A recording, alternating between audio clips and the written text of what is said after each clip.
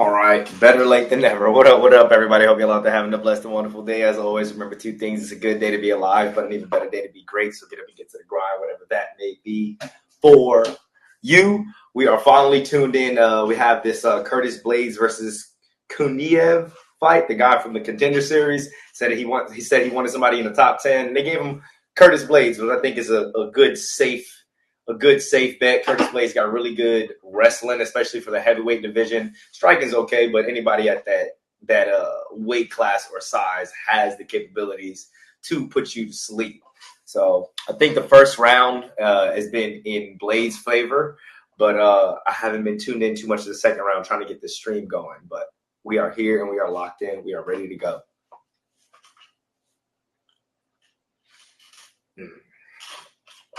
I'm super excited about this Rountree versus Hill fight.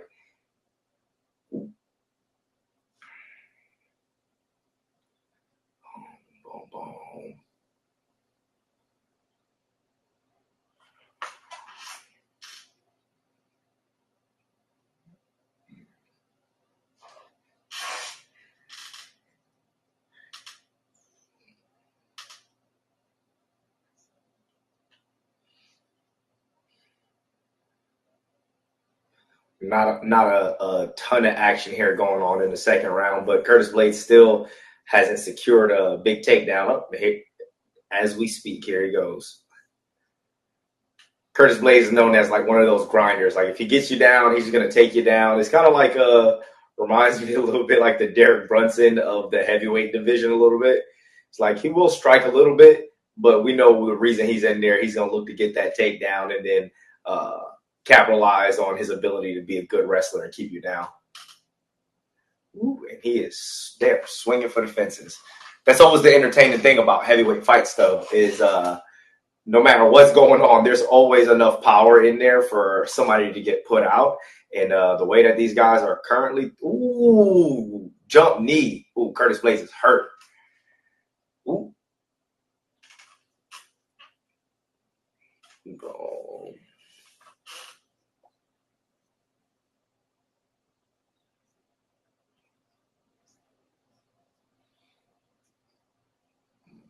You could definitely see the damage on Curtis Blaydes' face, like in comparison to Kuniev. Curtis Blaydes is bleeding all around the nose. So as far as striking goes, like Kuniev is definitely in the lead as far as damage. I think it's a 1-1 round right now.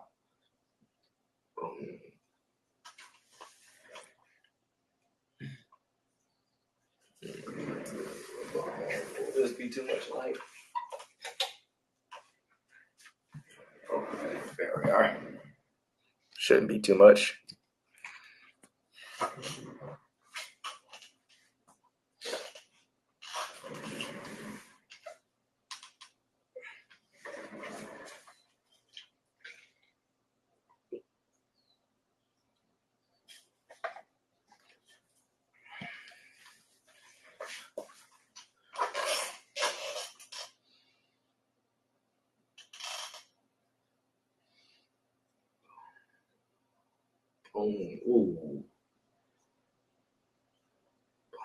Ooh. Kuniev has some pretty solid striking, and when he's moving forward, he is putting it on Blaydes. So I got it 1-1 going into the third round, and let's see. I mean, it's up for the taking. Who's gonna push the pace? Who's gonna make this third round theirs? I don't foresee anyone getting finished unless it's like a big knockout. Anything's possible here with the heavyweights.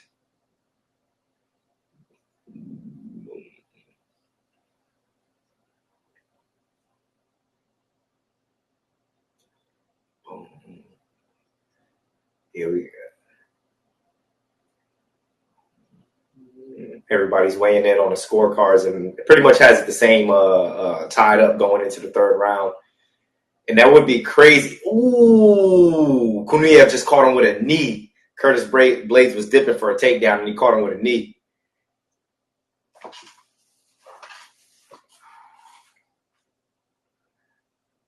Curtis Blades keeps throwing this cross, and every time he throws this cross, he's like rolling out, but he's bringing his head down. And Kuniev already timed once with a jump knee in the second round, and he hit him with a knee coming in for a takedown in this round. But Curtis Blades is now being the aggressor. He's pushing Kuniev back towards the fence. I think he's trying to close that distance. Maybe he can grind out this third round either with a lot of clinch work on the cage or good old Curtis Blades fashion is securing that takedown.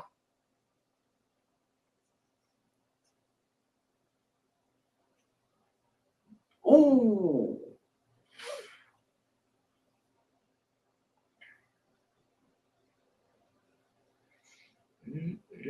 All right, Curtis Blades got him against the cage. He's gonna secure. Ooh, is he gonna get this takedown? Yeah, he's gonna sell out for this takedown. Oh, no, Kuniev is giving him some solid defense.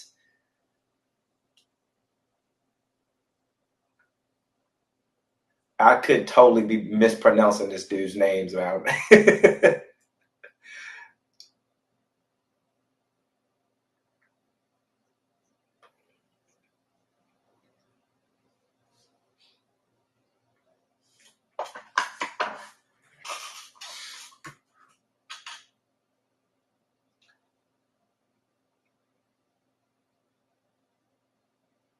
All right, he's got Curtis Blades' hands separated. Let's see if he can make an explosive movement to get off the cage.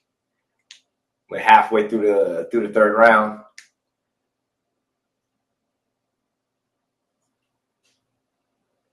He's got his fingers on the cage.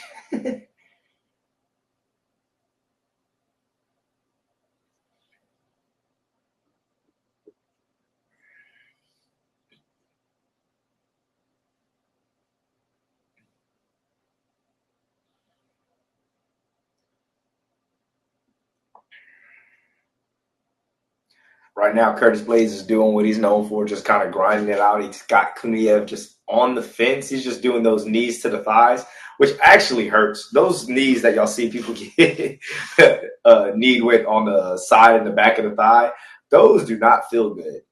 And it might not look like it's doing a lot of damage, but those do not feel good, and they do add up, especially for a person who might be like a heavy striker or kicker, starts to get those legs damaged. Kuniev is out of there, and now with a minute and 20 left, and he's just slinging now. They just throwing leather. All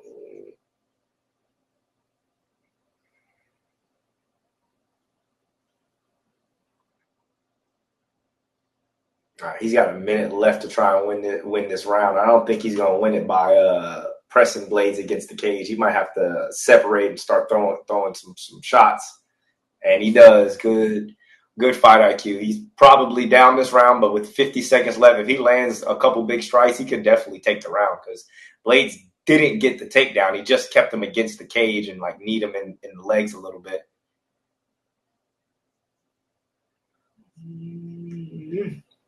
This is a great showing for Kuniev. I think he's coming straight from the Contender Series, if I'm not mistaken. Is what was said, and he's already fighting a top 5 heavyweight, and he's doing this good against Curtis Blade, who's known for grinding out fights, taking people to the ground, and he hasn't been able to do that to him. He stifled him here a little bit in the third, but it's been a competitive fight so far.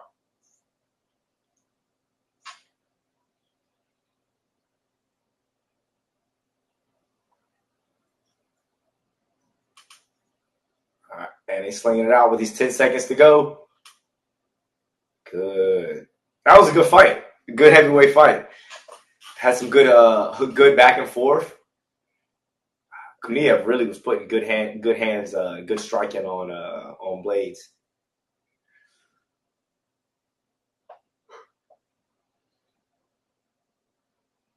Commercial break. I think Blades got that. I think it's gonna be 29-28 Blades. That's what it's feeling like. 29-28 Blades. And then we on to the two really good fights, which we got Fiziev, who's one of the top strikers at 155, man. He's got great Muay Thai. It's funny because we got two guys who do really good Muay Thai for MMA as the co-main and main event with Fiziev as well as Khalil Rountree. And, dude, Khalil Rountree's story is actually of going to Thailand and learning traditional Thai. And when he came back from Thailand and had that great performance against Eric Anders, where he was just, dude, that was such a tough fight. With I don't even know how Eric Anders lasted through there. It just shows you that that guy's built different as well. Funny story about Eric Anders. Me and him fought on the same card in Cleveland or Chattanooga. It was either Cleveland. I think it was Cleveland, Cleveland, Tennessee. My second amateur fight, and I think it was his fifth or sixth pro fight in 2016. And him and Jesse Grun fought. But yeah, it just made me think about it because Khalil Rountree, when he came back from Thailand and he said how that whole experience changed how he trained, that was kind of like a lot of my inspiration for going to Thailand, not once now, but twice, and really just enjoying the training out in Thailand. What up, Jordan? Enjoying the training out in Thailand. But it's dope to see the traditional style Thai be adapted and incorporated in MMA with guys like Fiziev as well as Khalil Rountree. Now, Fiziev actually fought a bunch in Thailand. If you look up his highlights when he was fighting Muay Thai out in Thailand, dude is a killer. And while I was out in Thailand, I went to Tiger Muay Thai. It's a street called Fight Street, and it's where Tiger Muay Thai is, the Fairtex their gear shop. It's like the gear shop is absolutely amazing. But they have a whole street called Fight Street, and it has like a bunch of everything from big gyms, from like Tiger Gym to other fight gyms, smaller gyms. It has gear stores. This is how are you? This is I was scared I missed this. No. I was having some issues getting my camera pulled up with the computer, and I was just going live for the last three fights. So Curtis Blades just won. It was a closer fight than I anticipated. I didn't think the guy coming straight from the Contender Series making that big a jump right into the heavyweights, fighting a number 5 heavyweight would do that well. But he started stifling Curtis Blades' takedowns, and like Curtis Blades didn't get a takedown in the second round or the third round. So, well, from what I saw in the second round, I missed like 2 minutes of the second round because I was getting my camera fixed. But yeah, who do you got in the Khalil Rountree versus Hill fight? Boom. I was just talking a little bit about like my experience in Thailand and how like Khalil's Roundtree's just stories of what it was like when he went to Thailand. How that was kind of a little inspiration for me to go the first time and train out in Thailand in preparation for one of the fights that I had. And also when the last time I was in Thailand, I actually fought in Thailand. So that was also a really good experience.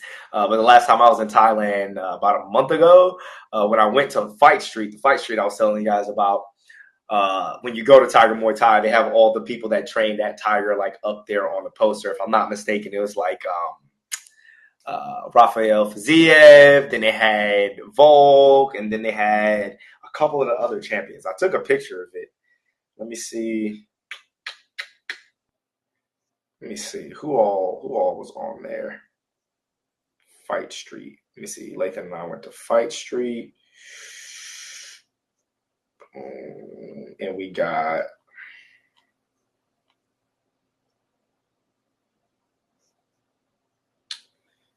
Let's see.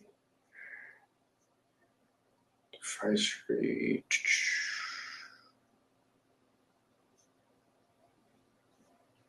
Yeah, we're at Fight Street and the Tiger Muay Thai. I'm gonna see who all was on that banner that I saw. Oh, oh yeah. So it was Valentina Shevchenko, Veronika, Peter Yan, Fiziev. Yeah, they had this stacked. You probably can't see it, but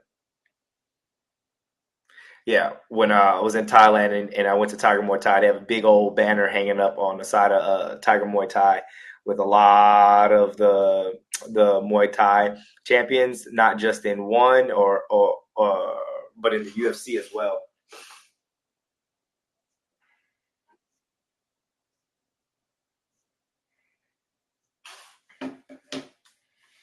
Boom. Mrs. Rountree looks promising.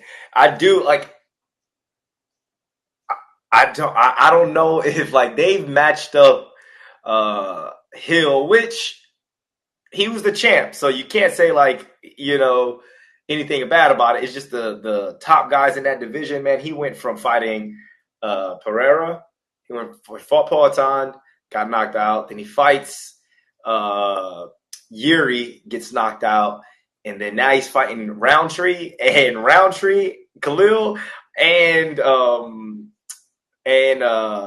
Jamal Hill have, I think, 0 takedown attempts. Both of them. So combined, they have shot takedowns like 0 amount of times in all of their UFC fights, which is a wild stat. That means these guys are probably going to stand in front of each other and throw leather. We know that's what Khalil Rountree likes to do, and he likes to do that with bad intentions. And I'm like, right after the Yuri fight and right after the Poatan fight, and then now he's got to fight Khalil Rountree. I think Khalil Rountree's striking is just that. I just think it's that a little bit more technical. And yeah, I think the damage is gonna add up. And I think you're the second person. Somebody else told me, was like, yeah, they got Rountree in the second round. I'm like, yeah, I could see this being a first to second round finish. And then after seeing how he did with Pereira, it's like the MMA math doesn't always add up. But I just think how he held his own with Pereira gives him the slight edge. I just feel like he's a little bit better in the striking department, and this is going to be a good one. But they got Fiziev coming out, and I'm excited about that. He's got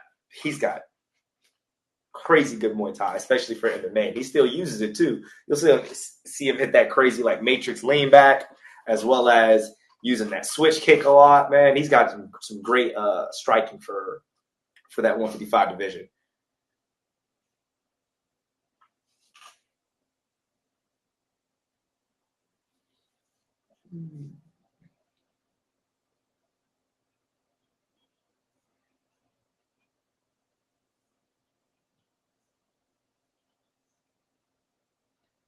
Ooh, they just showing us highlights, man. He's got some great highlights. He's got that spinning back kick knockout. There was some dope footage of Fiziev and Peter Yan sparring. That was really good because Peter Yan sparring, especially for the 135, is just killer. His striking is really good. Fiziev beat RDA. He's fought with Gaethje. I think he fought with Gaethje twice. First one was a really, really good fight, but Gaethje just put it on him, and then the second one, Gaethje ended up knocking him out. So this ought to be good. I don't know much about this. The guy he's fighting against, the contender he's fighting against, Ignacio.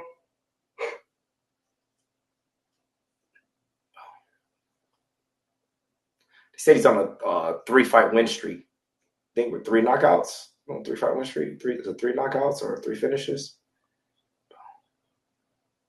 That's one. Ooh, nice head kick.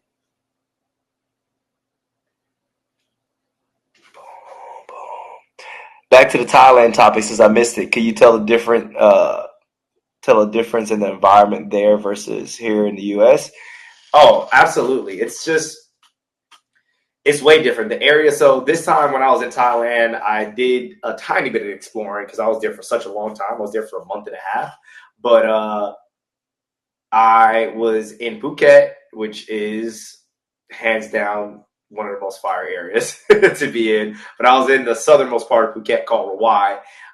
And there is just so chill. It's super relaxed. Like in Rawai, there's always a beach like within 5-10 minutes of you. So it's like Nai Harm Beach, Rawai Beach, Yanoi Beach. There's just like a bunch of beaches in the area. You have Kata Beach. You have Patong Beach. So it's like all these beaches all in the area, but it's a little bit more relaxed scene. Like the vibe is a little bit more chill, but number one, the heat is way different than here in the U.S. The culture's a lot different. The people out there are just so nice and inviting and accepting. It's just it's a beautiful thing, man. If you haven't been to Thailand, you gotta go. Uh, I don't even think words can explain it. It's just one of those things that you gotta experience. And when you go, you can't go for 4 or 5 days or a week. You got to spend like 2 weeks there at least. Number one is on the other side of the world, so it takes a while to get there. And then when you get there, you got to adjust a couple days to the time difference, and then you get to enjoy everything. But the environment there versus the U.S., I guess. So I met a lot of a lot of people internationally, and I think one thing we don't realize is like the U.S. is massive. It's like multiple different environments in the U.S. depending on where you're at, from New York to Florida to Georgia to the Carolinas, Tennessee. You have the country area, then you have down south with Alabama and Mississippi, and then you have like uh, the Midwest area, from like your Arizonas to your Nevada, all the way even like in the middle. You got Texas, then you have your mountain area when you're starting to go to Colorado and Wyoming and all those things. And then you have the green forest area of Washington and Oregon, and then you have beautiful California. So there's so many different environments in the US that, like, when you go to other places, like when I was asking people, like, oh, have you ever been in the U.S.? They're like, oh man, there's like all these different things to do. Versus when you go to these other places that aren't as big, there's still a lot of things to do, but the environment is just way different than I'm used to here in the U.S. But it also is like super enjoyable to learn a bunch of new things from the cultures, the people. The food is absolutely amazing. I don't think I had a bad piece of fruit while I was out there. Now, I didn't chance my stomach with a lot of the street food, which a lot of people love the street food. I was just like, man, I do not want to get food poisoning out here. And granted, I've been to Thailand twice and I have not had any food poison or stomach issues. I'm gonna cross my fingers because on the third time I go, watch it be the time that happens. But yeah, I just feel like the environment there is, it's like literally when you're there for a couple of days, it's like somebody takes like 100 pounds off your shoulder. There's not like a rush to do everything. Everything here in the United States is do it now, do it now, do it now, do it now, do it this, do it this, do it. It's like nonstop, go, go, go, go, go. But once you get there, literally after like 2 or 3 days, I told Lathan, I was like, I feel like I can breathe. It's not a rush to do everything. Like everything here in the U.S. is like fast, do it now, more, this, that. And it's like everybody there is so just like relaxed and like go with the flow. It's not everyone in a hurry. So you can feel that when you get there. And it seems like everybody's having a good time no matter what their status is over there, from like people who got money to people who don't got money to everybody in between, the people who are just working regular jobs, the people who are there just training, people there just traveling. The whole vibe of everyone is just like woo-sa. It's just super chill. So that was cool. I got some cool pictures with my Lunar Unlimited stuff all the way out in Thailand. So I had some people out there like asking me about the Lunar Unlimited brand, and definitely had to give him a shout out to Millions. So some people watching some old streams or going there and copping some Lunar Unlimited gear. And I have a friend right now who's currently in the UK sending me pictures of rocking their Lunar Unlimited gear all over the world. So that's also pretty cool. Shout out to Millions for allowing us to have a platform for the athletes to continue to grow their brand. They're always on top of things, from the streams that you get now of live breakdowns of fights, or you can go back and watch old streams of seminars and different things like that. But then ultimately, go get that merch. Lunar Unlimited is worldwide. No. It's out of this world. But you're right, little bro. You're right. And we got to give some shout outs to some of my brothers, some of my fellow fighters that have broke the big scene. And these guys are making massive waves, all right? So 2 shout outs. Number 1 shout out goes out to Malcolm Wellmaker. Man is on an absolute tear. 4-fight KO streak with that right hand. He's got like the bionic fist in there, and he is out there knocking the Sonic coins out of people. All right. So he did what Sean O'Malley couldn't do. He KO'd Chris Moutinho. He just had a fight 6 weeks before that where he got a knockout, and then he got a knockout on his Contender Series fight. So just shout out to Malcolm Wellmaker and Fagler, the Fagler MMA, the Kempo Karate School, the origins where they started out there in Augusta. I love to see them doing big things and continuing to show that the hard work that you put in, if you have the right people around you, and if you believe in yourself, and if you do the work, you work hard, and you got the people around you to help you work smart and help you navigate the craziness that is the fight game, you can make it as long as you do your job. And Malcolm is out there doing his job. So big shout out to Malcolm Wellmaker out there tearing it up. I love to see it. All right. Love to see my brothers win. And secondly, got to give a shout out to my man, Torres Finney. If you can smell what Torres, my bad, I don't want to mess it up, is cooking. The Punisher, all right? He ain't just out there beating people in MMA. Then they people like to talk trash because they don't like his style of winning. And then what he say? Hey, if y'all don't like it, beat me. Just like that. If you don't like the way he wins, beat him. He's beating the top competition in the world, fighting for the UFC at 185. How he makes it, I don't know how he makes 185, but hey, he does. And the dude isn't just gifted or talented. I don't like to use that word for athletes. The dude works really, really, really freaking hard, lives in the gym, freaking trains all the time, and now he's making other moves. He was on the Bam Bam podcast, if I'm not mistaken, that's the name of it, but he's out here shooting movies now. So he's posting a little bit clips of him doing some acting. So I'm like, man, a shout out to my brothers. I love seeing them doing big things, from Malcolm Wellmaker to Torres Finney, and then we got guys that are up and coming on the rise. So I want to give a shout out to them too. Shout out to Mike Conley. All right, Conley. My bad. I always mess up the last name. Shout out to my man Mikey, who's also doing his thing. He's got a fight tonight, as well as Akeem Bashir. All right, Akeem the Dream Bashir. As he says, we are in the dream crushing business. Somebody's dream gonna get crushed tonight. All right. So he fights tonight. Hopefully, because these fights aired early, when I'm done watching these, hopefully I'll get to see him do his thing as well. I'm loving the Georgia representation. Bro, Georgia is going off right now. We got two of our guys in the UFC, not just in the UFC, but winning, making headlines, and just providing a lot of inspiration and motivation for all the athletes coming out here in the Georgia area, which, dude, it's littered with skill and talent. And when you compare that with hard work, and grind, and you can get you a team around you, you can do some big things, man. So I love it. The 478 doing not the 478 Georgia. 478 is middle Georgia, but like Torres Finney is from the 478 area. He's from Jones County, so that applies to him as well. All right, we are here. Round one. Fiziev. Oh, he rocking the braids. All right. Ignacio, what's his name? Ignacio Bahamundes. Dude, he's rangy. He's long for this weight class. Fiziev, I think it's only like 5'7".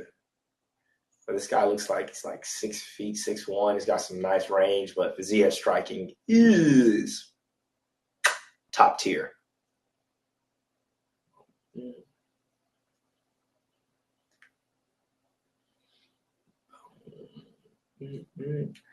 Right now, they just filling each other out, which is about 45 seconds through the first round. A lot of stance switching from both guys too.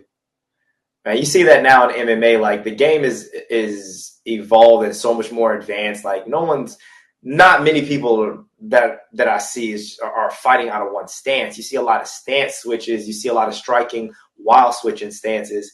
And back in the day, like, there weren't a lot of guys who did that, right? You had maybe the guys at the lower weight classes from your Dominic Cruz and obviously like Mighty Mouse and TJ Dillashaw was really, really well known for it, mixing up his stance switches. But it seems like everybody now is like, you got to know how to fight out of both stances because no one's just in there with just your typical orthodox or southpaw. Guys are switching. They're using the stance switches.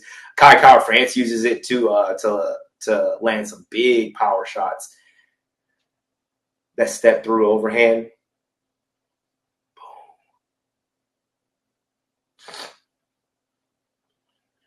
Still a fill-out process. It's only a 3-round fight, so I feel like maybe it'll go like this for a little bit longer. If it goes like this for the whole first round, you can expect them to come out really, really intense on that second round, especially if it's only a 3-round fight.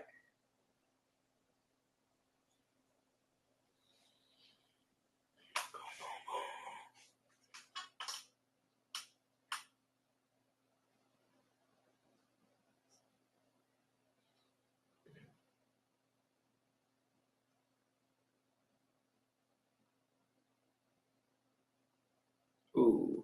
Fiziev just got some nice body shots. They got in a little exchange right there. Nice body shot to the liver.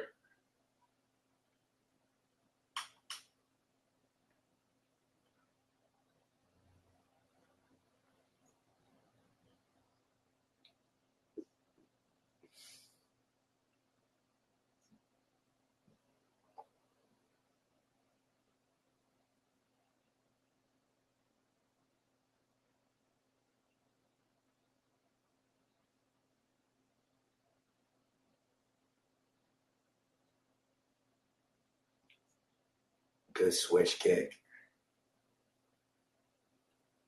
It's like very technical. He's like, there's a lot of reading going on, like a lot of downloading. You can see them like eyes locked in, small movements, feints, switches, stances. I guess it'd be more like a very calculated striking right now is what I would call it.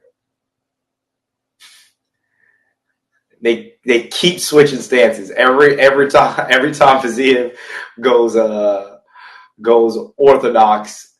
Bahamundez was going southpaw, and then vice versa. Every time they switched, he would switch.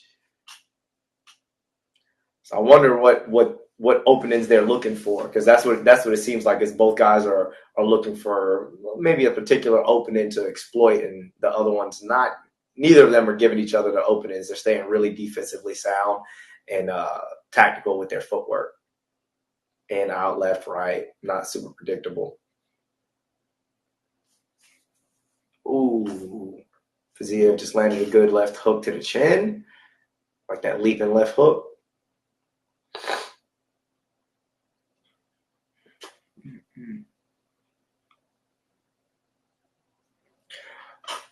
Ooh. So it says, what does it mean when a fighter switches stances? Well, depending on what your opponent is doing, depending on what your objective is, when you're switching stances, you could be looking for a different opening. So like if I have my left hand forward and you have your left hand forward, our lead sides are going to be closest to each other, and then our open sides, which is going to be the rear side, is going to be farther from each other. So if I wanted to start to look for different angles or different openings to strike, I would just switch my stance if I'm good in that stance. A lot of people will switch stances and they can attack from the other stance, but they don't have good defense from the other stance. That's like a big thing that we see like in the fight world. It's like, hey, just because you can strike out of the other stance doesn't mean your defense is going to be as good. Just because like your eyes are picking up stuff from different angles and you're not used to certain body movements. But essentially when you're switching stances, you could be looking for different openings, or you could be trying to stop somebody from doing something particularly well. So if somebody was like really good at hitting the calf kick on my lead leg and I can't read it, I'm like, man, they're really good. I'll just switch my stance. So now that my left leg would be further, so it can't get damaged. Or vice versa. It's like, hey, maybe I want to land the body kick, but my switch kick is a little bit too slow. So if I switch my stances, If I stay on the outside of the lead foot, I can pump my jab, and then my rear body kick will be open just about the majority of the time, anytime I can get them to react to the hands. So you could just be working on creating new angles and openings, not just for strikes, but also for takedowns. So like if somebody's orthodox and I switch my stance to southpaw, the single leg is a lot easier to get just because, these guys are turning it up, just because that lead leg is closer to me. So switching stances, for people who know what openings to exploit, what it basically does, it just creates new angles and opportunities to land different strikes and or takedowns. So if you might be getting stagnant in one area or countered in an area, or you could be attacking well and maybe they're defending well, then you can just switch stances and create new openings and opportunities to land different things from striking and takedown purposes.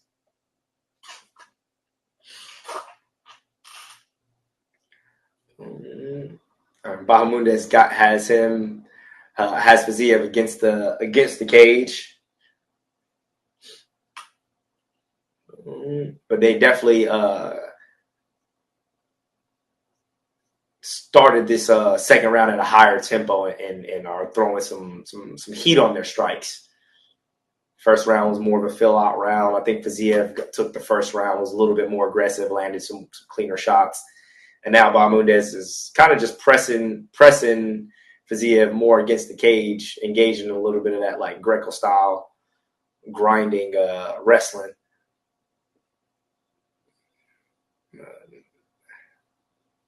Now they're back in the center.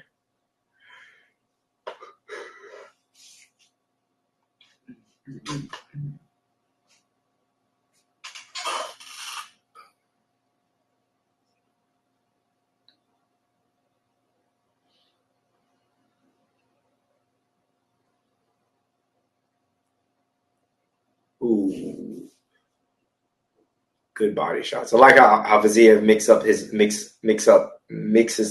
can't even talk, mixes up his striking from head shots to body shots as well. He consistently punches the body. So does Ilya, man. He's so good at striking the body as well, not just attacking the head.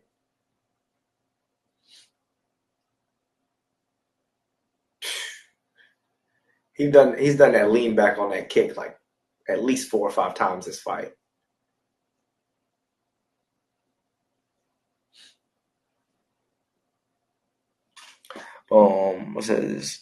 This fighting requires a lot of quick thinking. It does require a lot of quick thinking.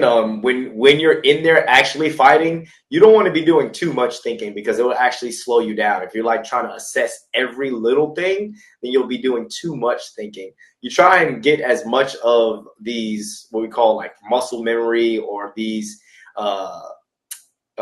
secondhand reactions, meaning like if I do something, you're just responding correctly. You like to do these things in training. So you'll pick up tendencies of a fighter or things that you want to be reactive to.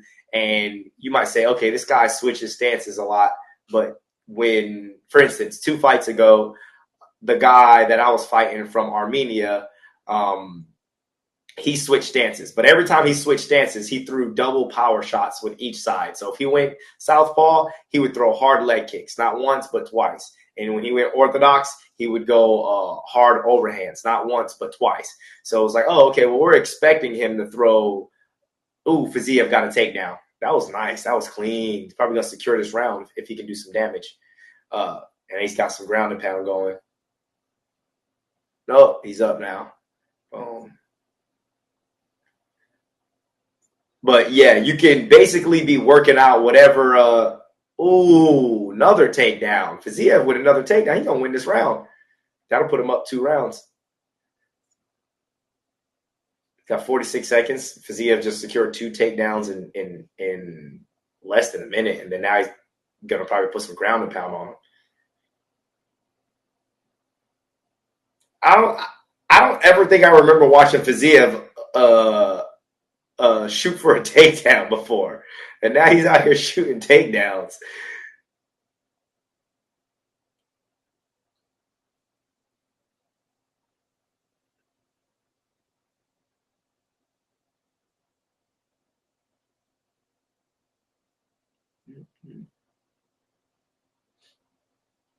All right, now they're both standing up in the middle of the cage. There's 5 seconds left in the second round. Oh, and he got dropped on that. Couldn't have been more on the bell than I've ever seen. It was literally 5 seconds left. They were both looking, and as soon as one hit on the clock, Fiziev threw like a little like corkscrew right hand, and then dropped him on the buzzer. I can't talk today. He dropped him on the buzzer, but he wasn't knocked out. He just knocked him down. So we still got one more round to go. Yeah, fighting definitely does require a lot of quick thinking. You got to be quick and on your toes. If you're thinking too much, you're going to be behind. So you got to – it's action, reaction. You want to take action, see the stuff that's coming at you, and react. And if it's coming at you first before you get anything, you got to react, boom, boom, boom, and then you got to take action. But there is some data logging that you're trying to do. You're trying to look at specific things. When I'm sparring, I'm trying to look at the person's lead foot. Like, that's always my thing. Hey, where's the lead foot? Is the lead foot pointed straight? Is it pointing a little bit inside? If it's pointing a little bit inside, I might be able to get my calf kicks off or leg kicks off a little bit. I know they can't check this way, or they're going to be fighting more in a linear stance. If they're square, then I should be throwing straight strikes because it'd be easier to land straight strikes than it would be round strikes, or they're looking for that. So there's like all these little intricacies that as you start to train over time, you can make like second nature. That way you don't have to do so much thinking. And that's also why your corner is there as well, to give you directions to lead you through all the chaos. So for you to think a little bit, react, and then worry about the next thing. But yes, there's a lot of thinking required to skill development and what skills should be used in what scenarios. And they are out in the third round right now, and it's live. You can see they both good conditioning on for both guys, because it's been a good fight so far. But I think I got Fiziev up two rounds to none. So I think if Bahamundez wants the win here, he's got to get the KO.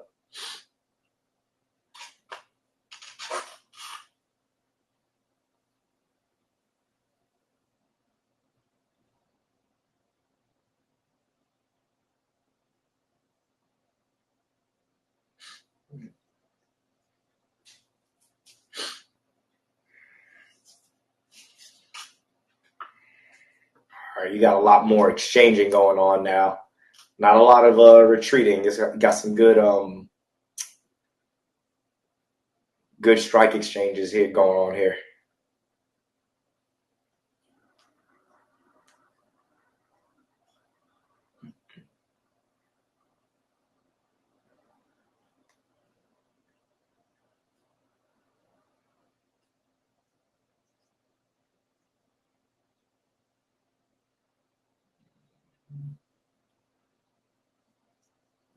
Good footwork. Man, Fiziev striking is really good. And I didn't know much about this Bahamundez guy, but I'm pretty impressed. He's got really good striking. Fiziev with the signature lean back. Ooh, good stuff. Bahamundez just went for a takedown and he got stuffed.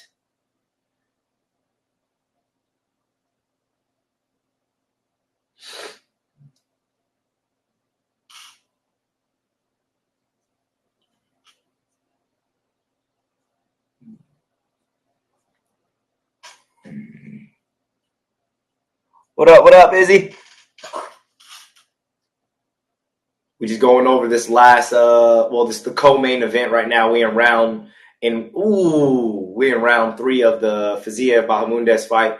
Dude, that lean back on those kicks are just, that's like his signature move, man. He does that so naturally.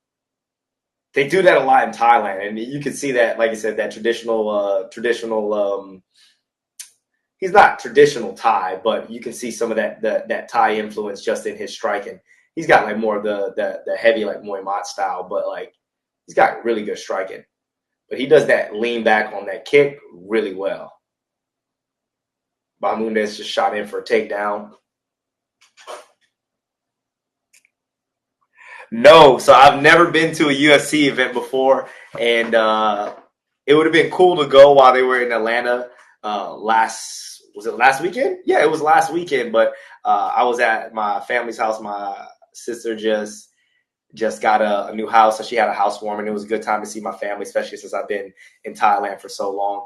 So I didn't get a chance to go to the UFC Atlanta, but everybody else went. They got to go see Malcolm fight, and I did watch the fight, but I didn't go to the fights. I'd never been to a UFC event, but when I was in Thailand, I went to two one championship shows, and that was freaking awesome. I got to see Nang O fight live, which was pretty freaking dope. Ooh, Fiziev just scored a takedown. Yeah, he's definitely.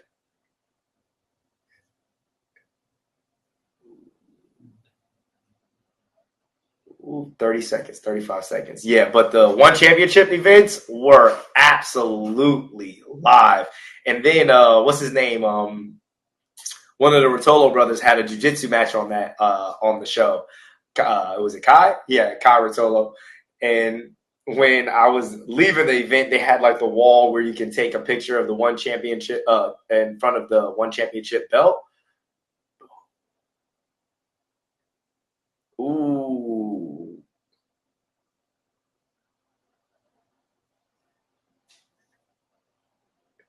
Good fight. Oh, did he get cut right in the last little bit of the fight?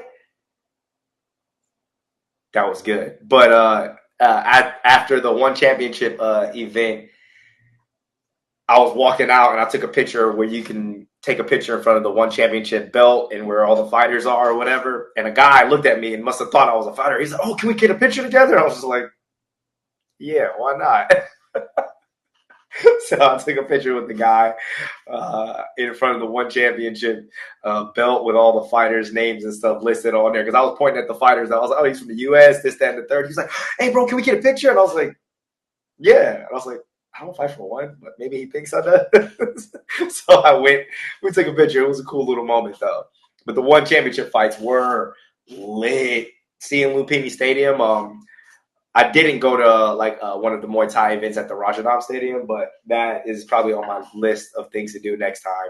Bangkok was absolutely insane in a good way. It was just so lit. It was like the New York of Thailand, just buildings, just traffic.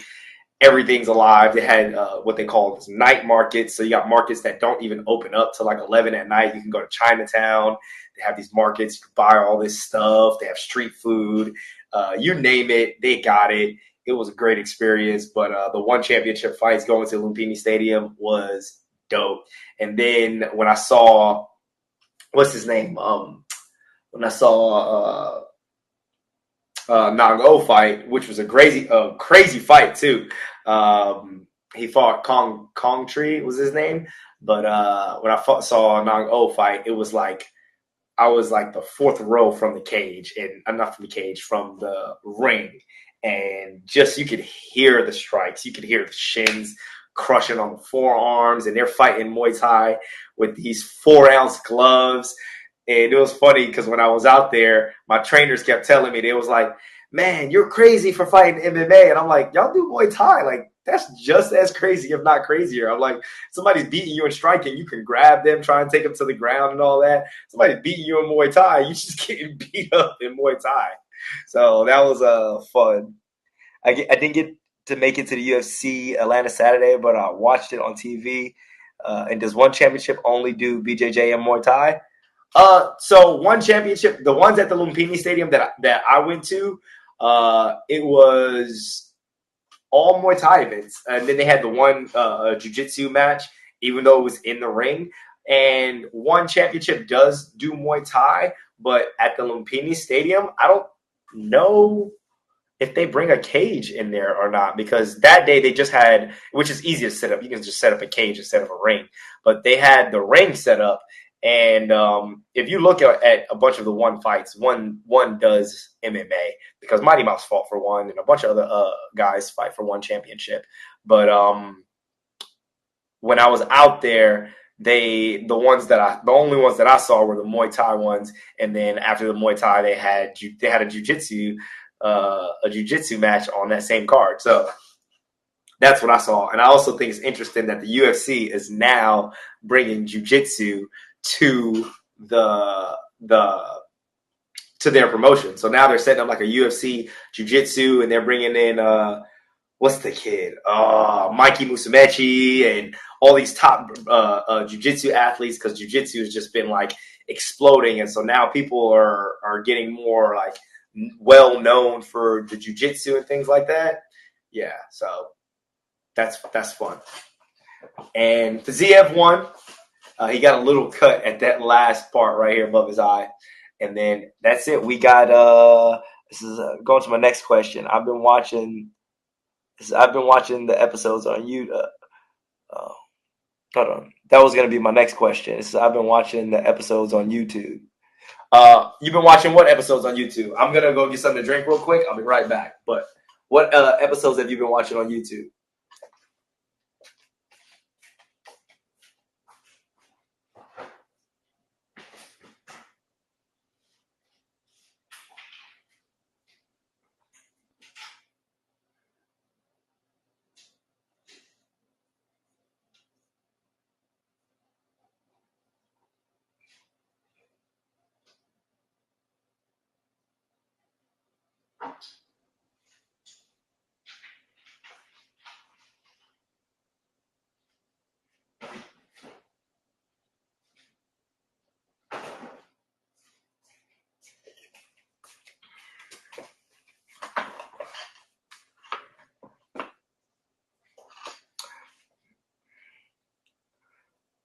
Oh, the UFC Jiu-Jitsu. You've been watching that on YouTube. So I haven't seen any of the episodes. I just see them keep what do you call it? Keep promoting it. So I see them keep promoting it, and I'm just like, okay, I've just seen like little highlights. I haven't seen any of the full episodes, but I am excited to see like some of the top American guys having a bigger platform to do jiu-jitsu on now, because now you have like these ADCC and all these other things. I need to figure this out. I wonder if, because now the UFC is hosting jiu-jitsu, if they're also have the jiu-jitsu athletes pass drug testing. Because if you watch all these ADCC trials and all the stuff, dude, the amount of like performance enhancing drugs these guys are on it's absolutely insane, bro. You look at some of these people, like, dude, it's not even like, it's no way you're built like that in your like late 30s, 40s, or whatever the case may be. Not even like from an age standpoint, just like you can look at their bodies and it's like, when does it get to a point where we know, like with all the martial arts, like grappling, especially combat martial arts, like steroids and testosterone and PEDs and all these other crazy things, it can help improve your performance when you're going against another guy who is freaking juiced to the gills, that has similar or same amount of skill level as you. It's like, yeah, then that strength factor does play a huge portion on it. You know, when you're in a 10-minute round or a 15-minute round grappling with someone, and you're wondering like why your move isn't working 7 minutes into the match and theirs is working. It's like, yeah, well, a lot of those guys in the ADCC are fucking, almost all of them. When you watch those, you're like, dude, they're all juiced, bro. So I wonder if the UFC is going to drug test the athletes. I know Mikey Musumeci is huge on that, because it's this tiny kid in his well, he's like mid-20s now, but when he was in his early 20s or like late teens, he was talking about, he's like, all the jiu-jitsu athletes, is like, it makes it like not even cool anymore that all these guys, when you're looking at it as a young kid, all these guys are on steroids. And it's like, yeah, you don't have to be that to be a jiu-jitsu athlete. And then Mikey Musumeci has his whole, like, he goes on like long form rants about how he feels about the use of steroids in jiu-jitsu, and these guys are not really jiu-jitsu guys, and all kind of stuff like that. So go listen to Mikey Musumeci. He'll give you some good content when it comes to the steroid use in the jiu-jitsu community.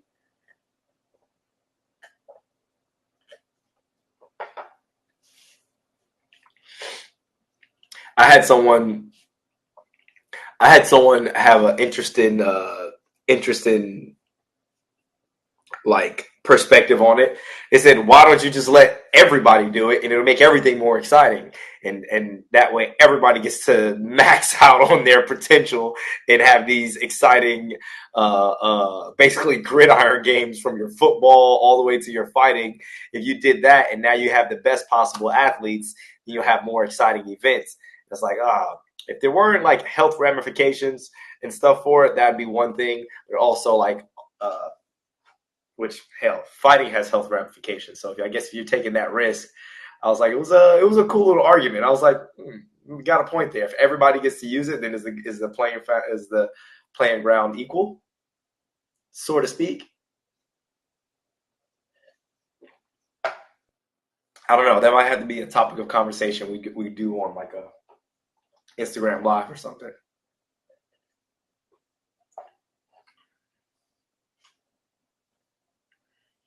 All right, here we go. Khalil Rountree. They showing their little promo.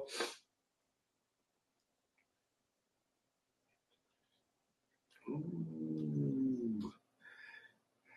Jamal Hill's got that awkward striking style, but he also packs a punch too, man. He's got good power. That could be a cool little topic. I feel like there should be certain things that are allowed when it comes to combat sports, stuff that will help with like recovery.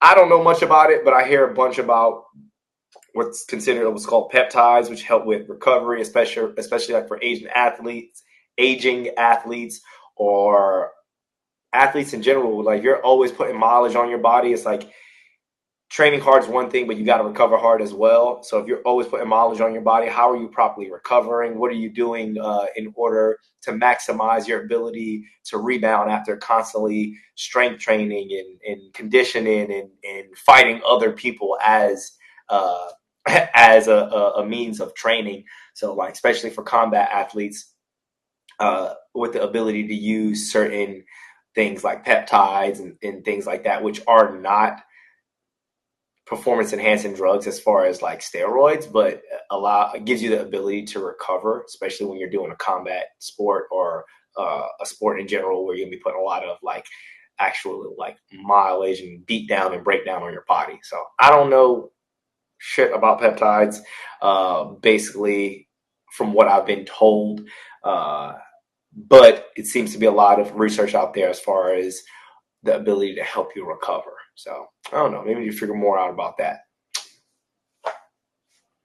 How to recover.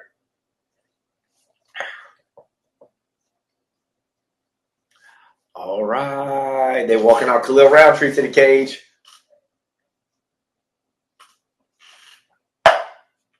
Man, his fight with Pereira was such a good fight, bro. He's such a warrior.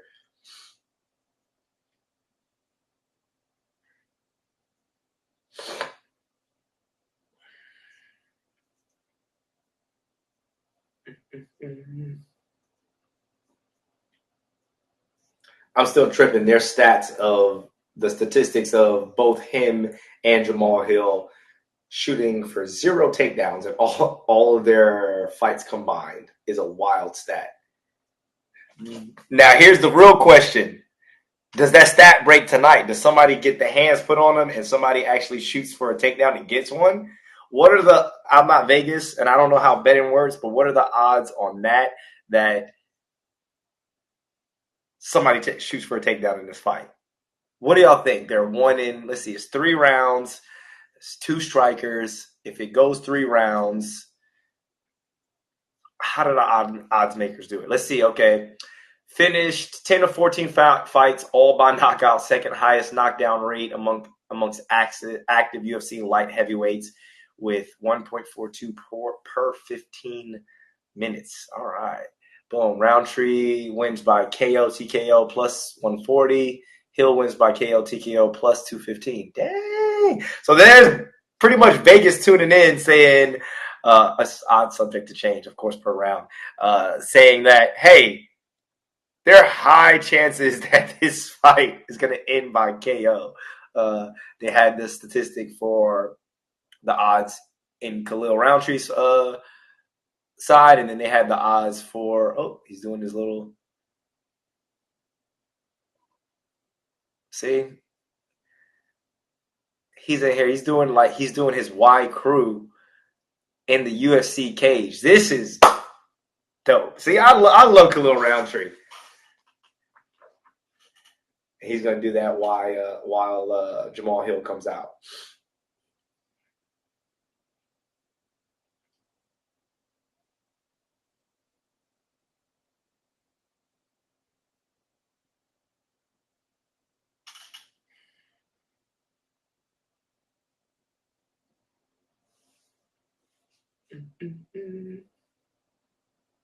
There's only one thing I don't like about streaming. There's probably more, but I'm just gonna point out one thing. I don't get to have the sound on. All right. And UFC owns the rights to everything, but I don't get to have the sound on. I do like to hear the sound when I watch the fights to hear the impact of the strikes and stuff like that. But they also say if you want to watch something unbiased where you can't hear the commentators talking about one side of the fight or another, you should watch it with the sound off. That way you just get just the visual aspect of the fight, and there's no outside influence of like when somebody hits, you can hear the crowd or the announcers going, "Oh man," and then now start to sway your perspective of the fight. So I guess this is a more natural way to look at it. Not natural, but unbiased way to look at the fight.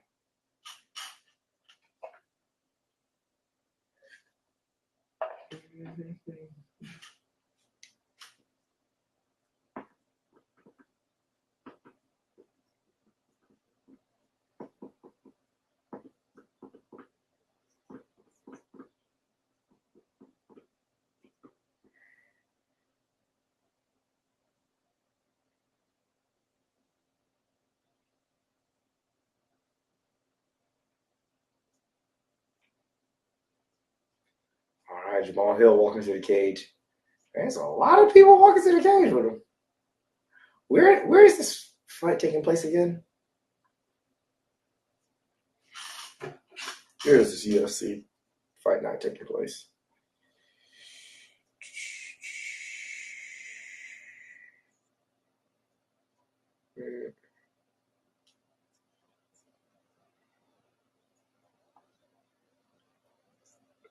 Takes place in Azerbaijan. Where is Azerbaijan?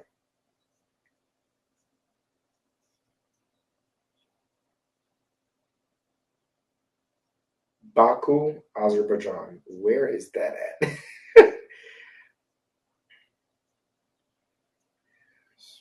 Baku, Azerbaijan.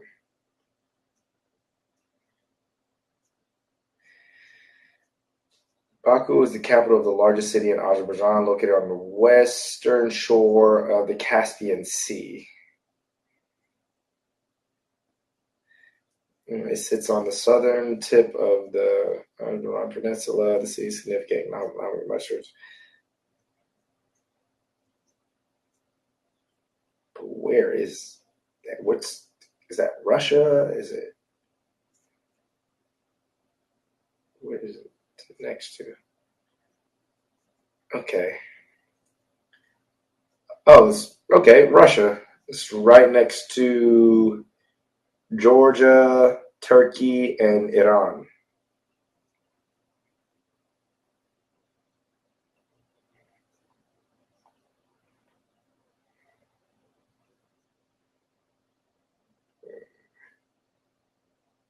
No, Russia, Azerbaijan, Georgia, Armenia.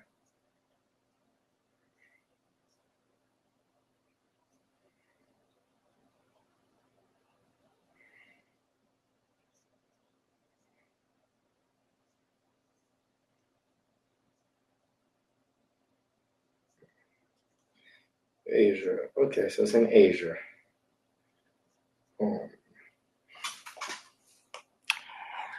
All right, everybody get started.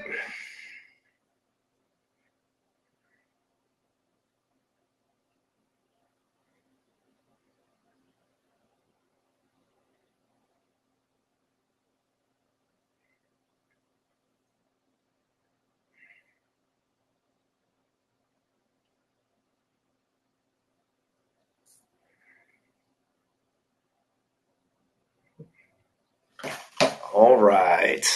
So I'm like that with WWE. So I can't watch it in silence. I like to hear the commentary and crowd reactions. I don't feel like you should be allowed to watch WWE in silence. Like if you watch the WWE in silence, you're missing the drama. That's where all the entertainment is, right? It's like when they're talking crap to the crowd. You get to hear the commentators and the announcers. Oh my God, he's still in there. What is he coming out?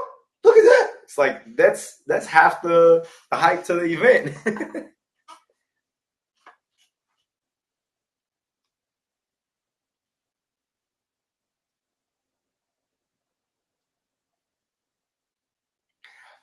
They always talk about like Khalil Rountree has good conditioning and he never like struggles with weight cutting, and he talks about how he doesn't really cut weight. He says by the time he comes in towards a fight, he only has a couple pounds to lose, and it's like, man, these guys be cutting so much weight, and he believes that gives him the edge in performance because he's like always used to training around that same significant weight, not having to cut a lot of weight, so not having to drain or dehydrate his brain or body, so that he has the ability to take a hit better, as well as move around with his natural weight more often, and since he doesn't have to deplete himself so much. So I think that's a good.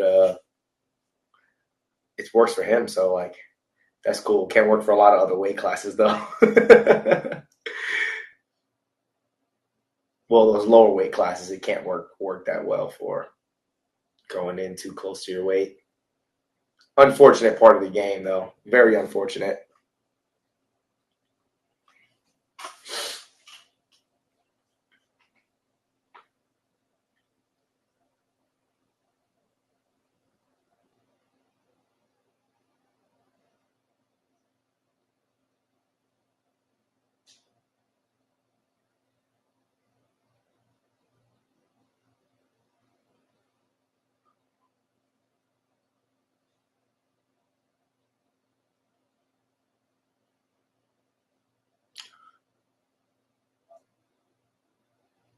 Oh, they stared off in the middle of the middle of the cage, and Herb D's the ref. Somebody gonna die. Herb D be letting people die in there.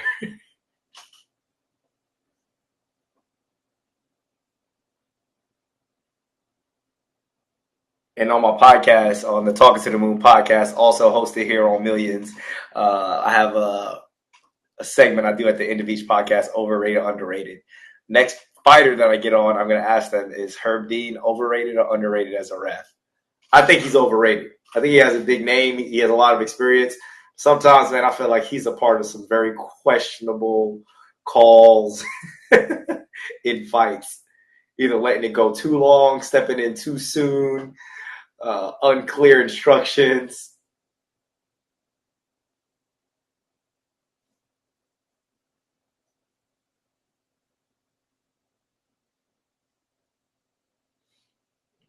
Mm.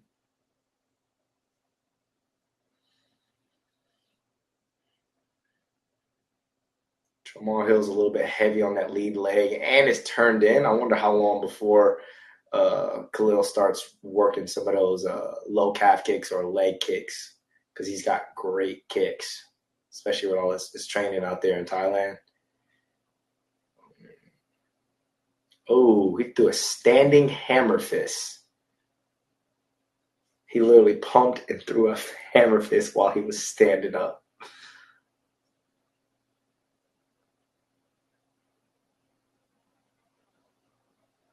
Good. Leg kick. He hit his first leg kick, was right there above the knee. Oh, Hill's throwing some good leg kicks too. He's catching him on the outside of that knee.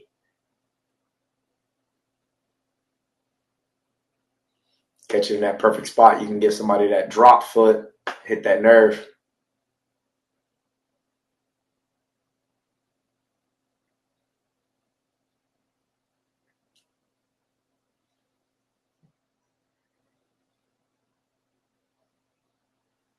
Ooh.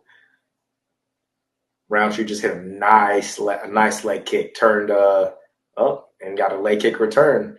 They're really using these leg kicks efficiently here in this fight so far.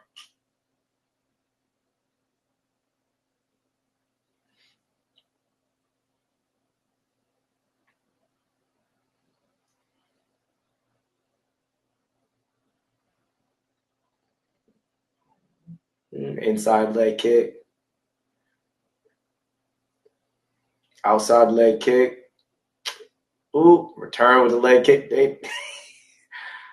We're gonna see if this makes it to a round two. We're gonna see what the movement is looking like because they're both landing really good leg kicks on right below and or above the knee pit, like on the side of the knee, and that's where that nerve that runs all the way along down the side of your calf, that perennial nerve runs. And if you catch it on the right spot, it could really, really slow you down and damage your leg, and your movement starts to get real sketchy. So be curious to see if they keep kicking each other's legs, what the movement looks like here in the second or third, if it makes it that far. Right now, Roundtree's starting to put some more power on his shots. Ooh, good leg kick, another good leg kick.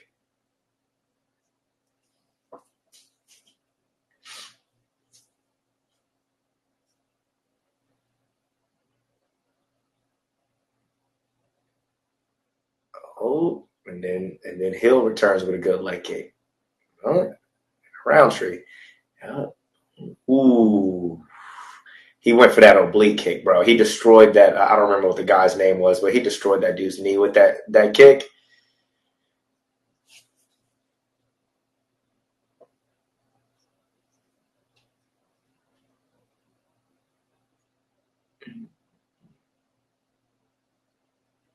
One minute left here in the first round.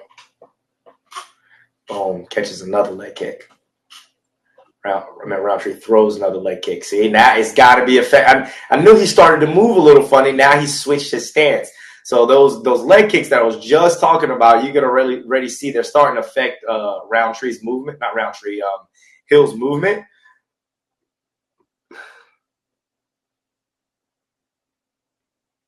He switched to southpaw for one second, and then now you can see the way he's like putting his foot out is a little bit weird. I think those leg kicks are starting to affect him already in the first round. And now that he went southpaw, Roundtree, we were talking about stance switches earlier. He went to the body kick, which is open when you have the southpaw versus orthodox stance.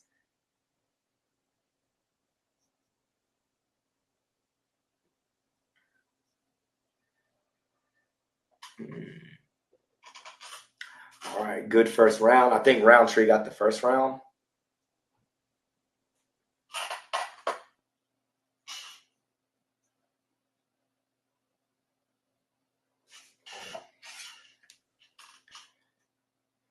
Let's see. I'll put a poll up to see.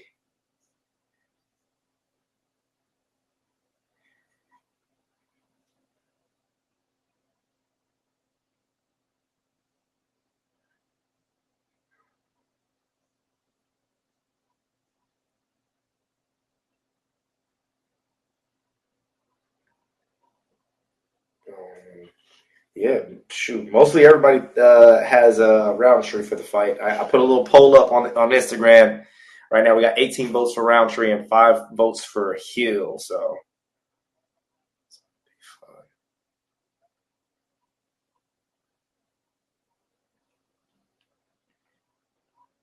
all right, here we are, round two.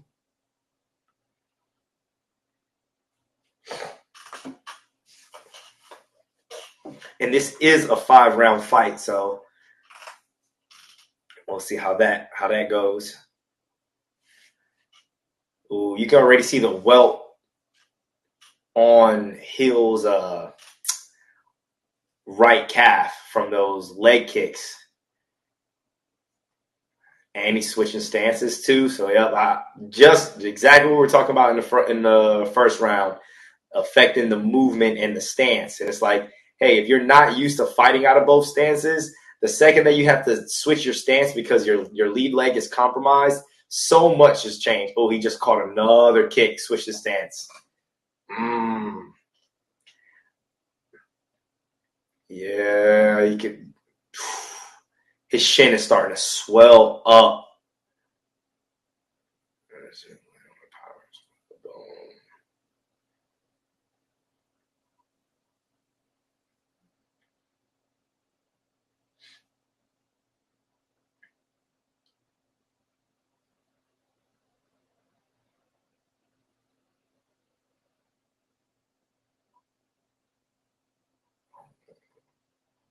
Rountree's being just super patient, right? He knows he's fighting a 5-round fight. There's no need to rush it.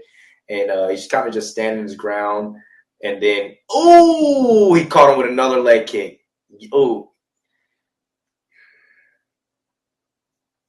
I don't think he can feel his foot properly, because every time that Jamal Hill steps, his foot's buckling a little bit weird. So I don't know if it's either he hit him on the nerve or he's just starting to damage the outside of that calf. Because now Hill's just walking forward. He's just walking forward, changing stances. Yeah, now he's fighting out of a orthodox stance a lot more because of that lead leg is damaged, which is now his rear leg. But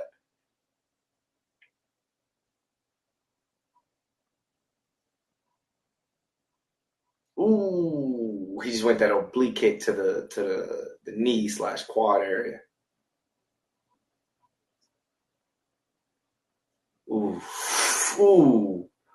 Rountree just hit Hill again with another one of those low calf kicks on his leg, and you can see that Hill is compromised already. Like, he can barely put any weight on that leg. He's standing weird in his orthodox stance, and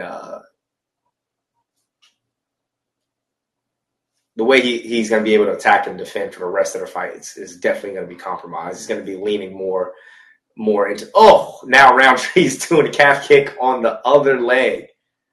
See, Jordan, this is what happens when you switch stances. You start to make new openings for other things, or you have to take away something that somebody is doing well. So, for instance, they both had the southpaw stance, and Rountree was hitting the leg kicks more effectively than Hill. So Hill's lead leg is damaged. He can't put a lot of weight on it, and because he's lead leg heavy, he has to push the weight back. And since it's getting tagged up and it's compromising his ability to move, he switched his stance. So instead of it opening up something for him, he's trying to close off something from his opponent.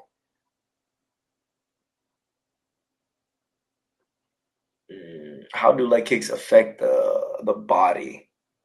Slow down your opponent's movement. How do leg kicks affect the body? You mean like kicking your opponent to the body? Or like kicking the leg damages the leg. It doesn't really affect the body that much. Are you saying does it affect? I'm confused about that. How do leg kicks affect the body? Is it slowing down your opponent's movement? Oh, yes. It slows down your opponent's movement. If you start to damage the leg, now they have to. Rountree just slipped, and then Hill tried to jump on him. But yes, so when you start to damage the leg, it makes it harder for you to move. So footwork is the foundation of fighting. So you start to compromise your opponent's ability to move properly by damaging the leg, then you make the movement easier to read. You make them slower to defend shots, and then you can damage more of that same area. So the more damage that you put on someone's leg, like, you have to stand on your legs. So if I damage the legs and you can't stand anymore, and I'm inviting you to a stand-up fight, then you're going to get to a point to where eventually you can't follow me. You're going to be standing still, and a still target is an easy target to hit. So when you start to damage the legs, you affect your opponent's ability to move. And if he can't move, makes him an easy target. Like right now, the last 10 seconds of the fight, Rountree just started shuffling, just moving. And he's forcing Jamal Hill to just follow him around the ring, knowing that his leg is messed up. So now he's playing like little psychological mind games with him right now. He's forcing him to follow him around the cage with the last 10 seconds because, with 10 seconds left to go, people just want to bang it out. And he's like, nah, just like follow me around the cage. I know your leg is messed up. So the more mileage that you're going to put on your own leg, the harder it's going to be for you to move going forward. And I think Rountree is going to continue to be tactical throughout the third round and maybe try and put it away third or fourth. Because, dude, Hill's legs are compromised so bad. Boom. Boom. Ooh, they just showing all the kicks that he's just that one right there. He got him as he was stepping.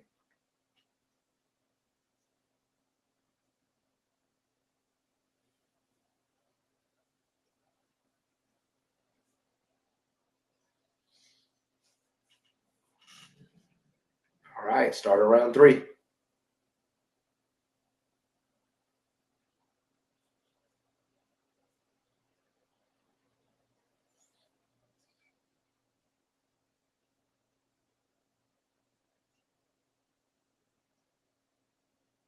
Yep. Oh, you can see Khalil Roundtree's he's hopping on his toes. He's like got full of energy. He's changed the tempo that he's going to strike at this round, so he's probably going to look to turn it up to start to get ready to close it out. You can just see by the little like hop in his footwork. And then Roundtree, Hill keeps his chin really high.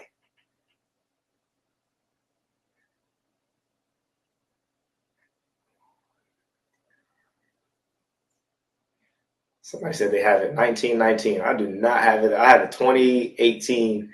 I don't think. I think Roundtree had the better striking in round 1. It was more pop and more power behind his strikes.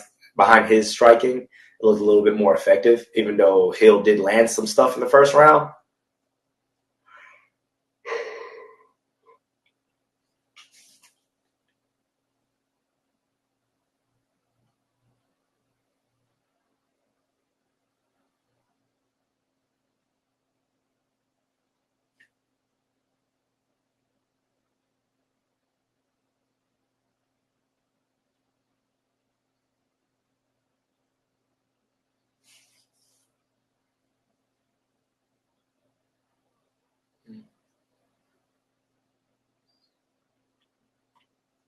Ooh.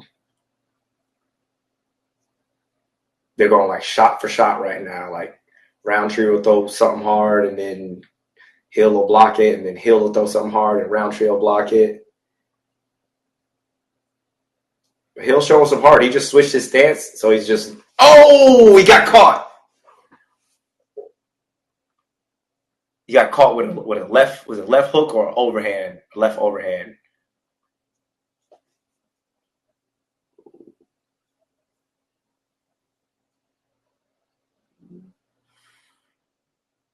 Okay.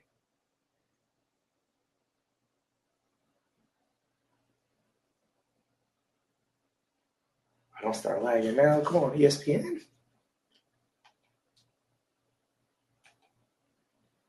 Oh, here it is. Still 2 minutes left here in the third. There's still a lot of fight left. Whole 12 minutes left, including the last 2 rounds plus this.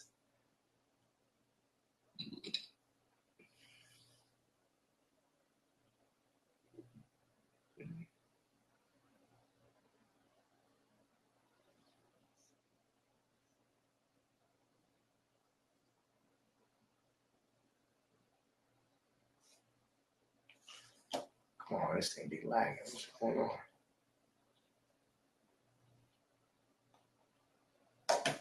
There it is.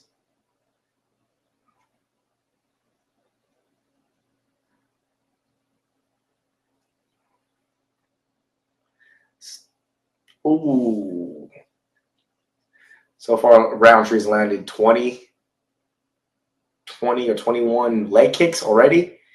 So that shows you already like that amount of leg kicks going to start to damage your leg. He landed over 20 leg kicks already, and we're like coming into the end of round 1. And that obviously has done a significant amount of damage. And now Hill hasn't really found a good rhythm because Hill's a southpaw. So now he's having to strike out of this orthodox stance the whole time. And you could tell his stance looks a little awkward. His punches look a little awkward. He just looks off because he can't fight out of his normal stance. Roundtree is, for the most part, staying southpaw.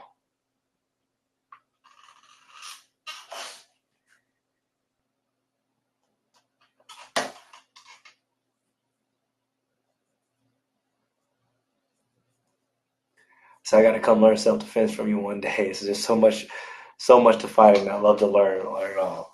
Oh, he just knocked Hill down again. Oh, 20 seconds left in the third. So he's knocked him down twice in this round. This might be a 10-8 round. He's knocked him down, but it hasn't been like dropping him with like power. I mean, dropping him like knocking him out. has just been knocked down and he's been popping right back up. It could be because his legs also compromised too. So he's getting hit. He's on one leg. He's not balanced. Boom.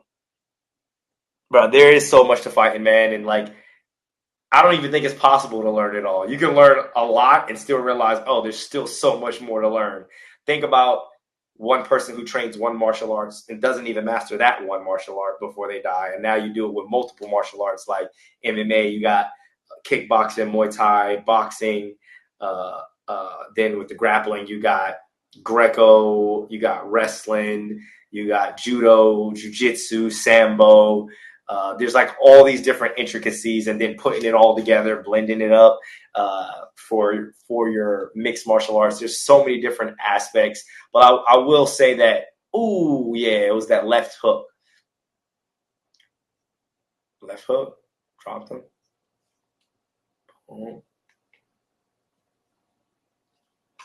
There's so many different aspects, but the most important things are concepts. It's like every martial arts is just movement. That's all it is. It's a specific set of movements, right? And the rules make the movements, okay? So it's just like you fight with your feet. The goal is to control distance and create angles. And when you do that, you'll put yourself in good position, and no matter what your martial art is. If you wanted to do wrestling, you fight at a specific distance for different takedowns. If you want to put yourself at an advantage, you get a better angle to improve your chances of getting a takedown. It's the same thing when it comes to jiu-jitsu and or striking. It's like, hey, look, we strike at this distance, and you have to manage the distance. And at this range, certain stuff is effective, and at closer range, other things are effective. And if you want to put yourself in an advantage, you get an angle and you strike off that angle. So it's like there are a lot of concepts that are transferable from one martial arts to another, but actually learning all the concepts, that'll take many lifetimes. But ain't no better place to get started than now.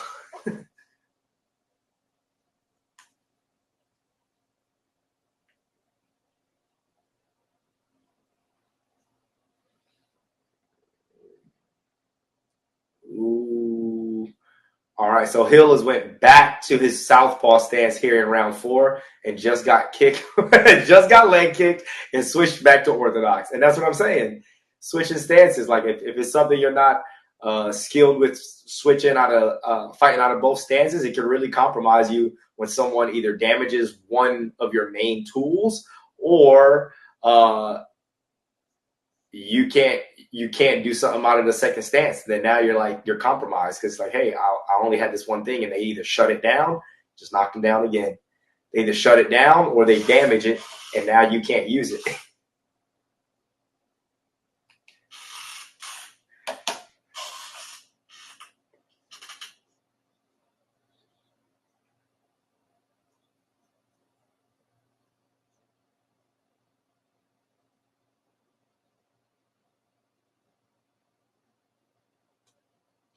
All right, we're about halfway through round 4.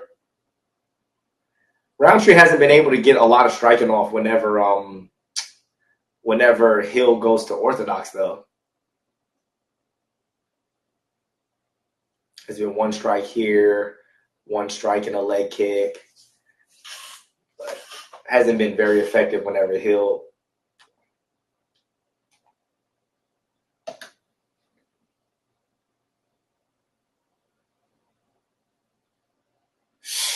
Ooh. Dude, that oblique kick just is terrifying. You see people get their knees blown out with that kick.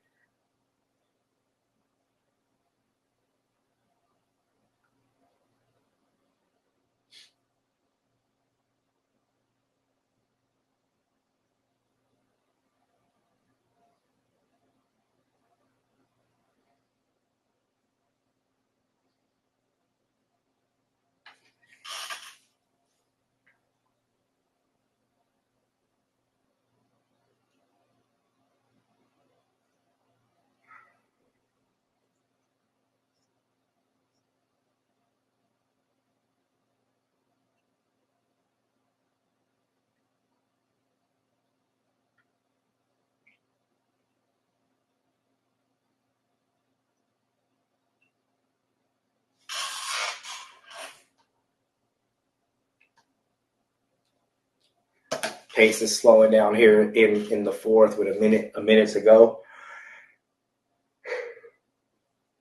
There's not a lot of sense of urgency right now coming from Khalil Rountree. He's just staying patient and playing on the outside, just a little bit further distance. And since Hill is in this orthodox stance as opposed to the southpaw stance, it's like Rountree doesn't have a lot of answers for how to close the distance and land maybe some good combinations. He's just really been throwing that overhand left for the most part, and it's been catching a little bit. At times it has caught. It's dropped Hill like twice.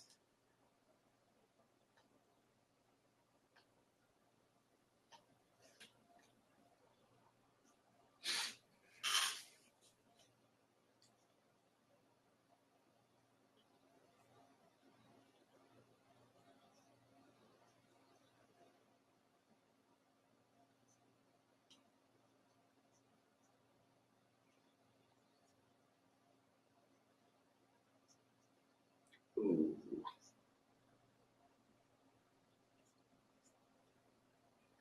I wonder if Roundtree beats Hill, do you think they match him up with Yuri Prochazka? Do you think that would be like next matchup for him? That would be cool.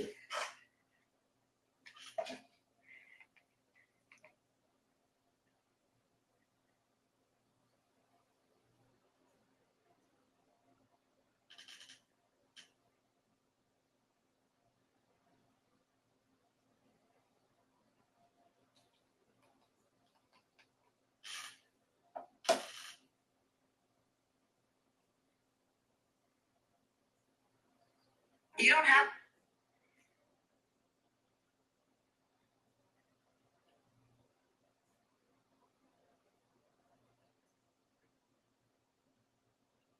All right, watch live. Last round.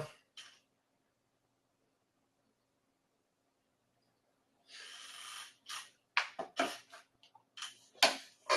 see if the lagging has stopped. All right. I'm still lagging a little bit. All right, we're here on the last round.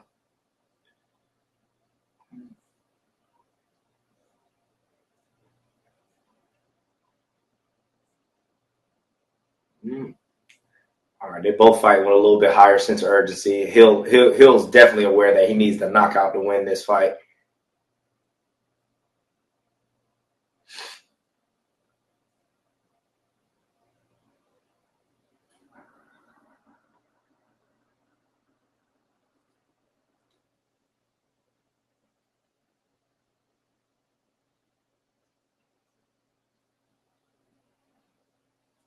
Well, it still looks like it's going to be 0 takedowns attempted by both parties after all their fights they've had in the UFC. It's crazy to see two guys never initiate a takedown.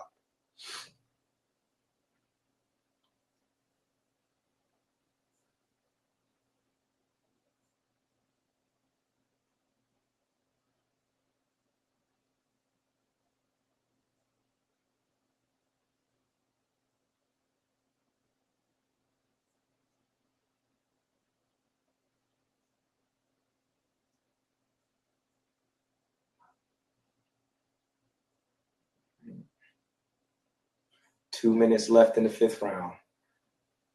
Both guys are in pretty good shape, but it hasn't been like very, very action-packed fight. You know, it hasn't been super action-packed. Good amount of leg kicks and stuff, but it hasn't been like setting a high pace for a fight. It's more tactical, especially with the 5 rounders. You see the guys not rushing too much of the action because they don't want to gas out over the course of 5 rounds. But it's 60 seconds left now. Y'all got to throw it all out there. Khalil's been throwing some hammers.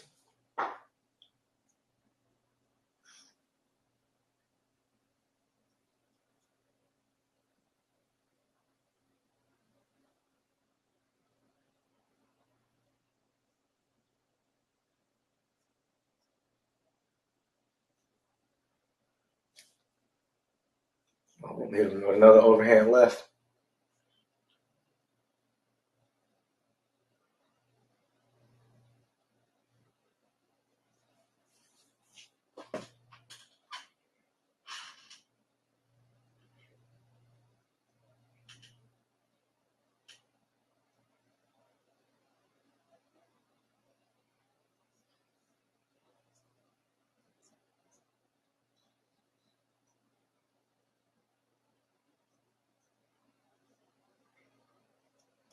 Five seconds left. Whoop. Throwing big strikes.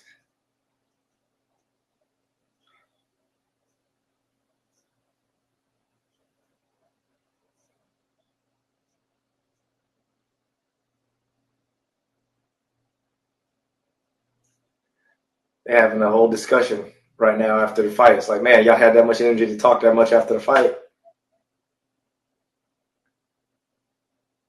Should have turned that up in the fight. They're having a full-on discussion after the fight. It was anticlimactic.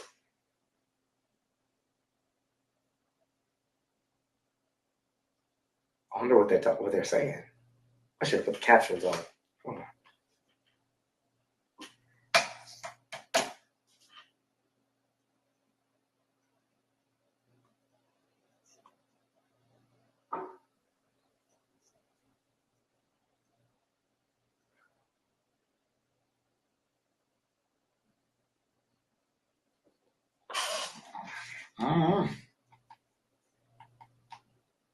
What they were talking about. I'm gonna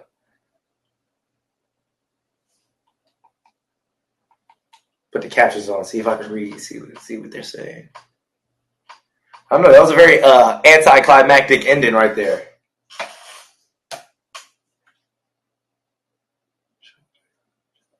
These 5 rounds. Is it only 5 rounds? There was no love touch starting the fight.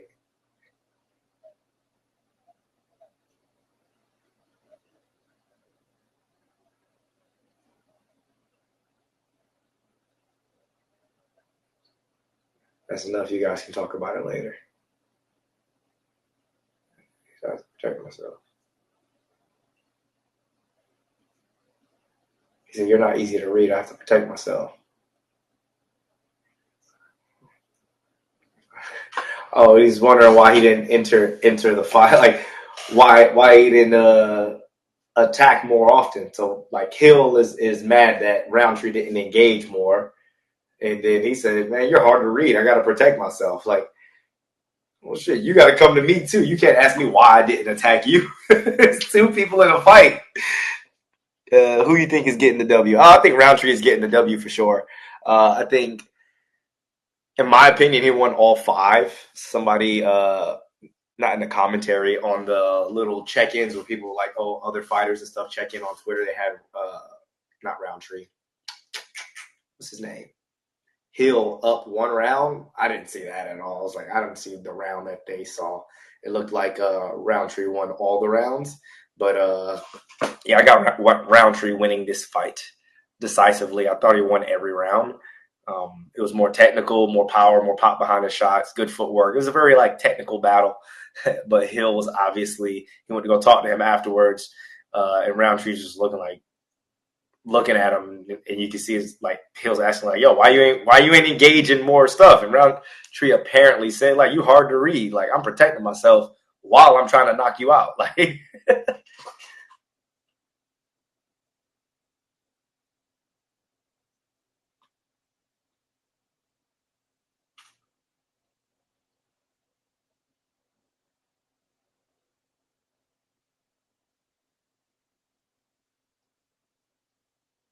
yeah, all 3 judges got it. Khalil Rountree. They had 50-45. One of the judges scored 49-46, meaning they had Hill winning 1 round.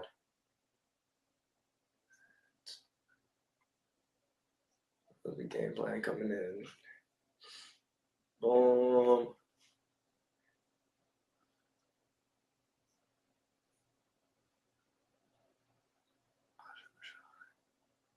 Boom. All right. That's Rountree with the dub. I want to see what he's saying about it.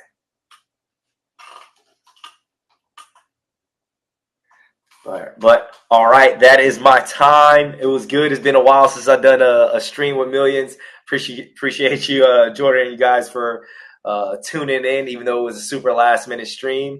I appreciate you guys. Good fights as always. And till next time. All right. Y'all have a good weekend.